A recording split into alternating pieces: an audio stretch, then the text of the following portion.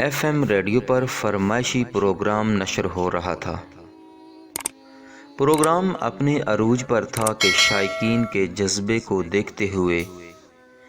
Anchor نے کہا کہ کسی کو اپنے خیالات یا فرمائش کرنی ہو تو ضرور کرے،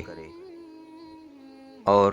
اینکر نے ریڈیو اسٹیشن کا فون نمبر دہرایا۔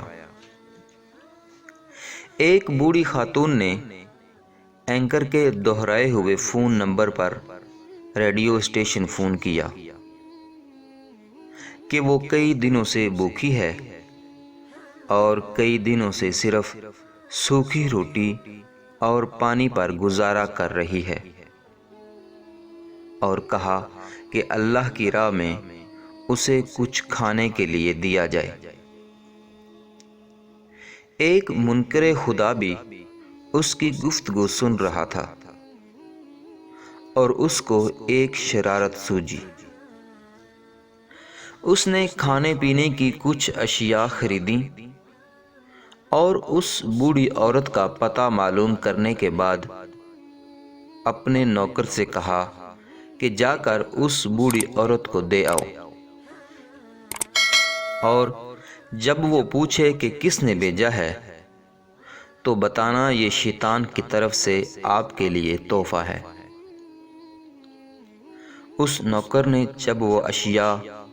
اس بوڑھی عورت کو دی تو بوڑھی عورت اتنے زیادہ کھانے کا سامان دیکھ کر بہت خوش ہوئی، اور وہ جلدی جلدی سارا سامان اپنے گھر کے ایک کونے میں رکھنے لگی۔ ایسے میں نوکر نے پوچھا، کیا آپ معلوم نہیں کرنا چاہیں گی کہ یہ سامان کس نے بھیجا ہے؟ یہ سن کر وہ بولی، مجھے اس کی کوئی پرواہ نہیں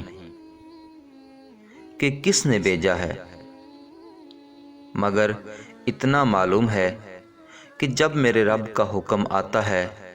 تو شیطان بھی حکم کی تعمیل کرتا ہے۔ دوستو، انسان چاہے جتنا بھی خود کو عقل مند سمجھے،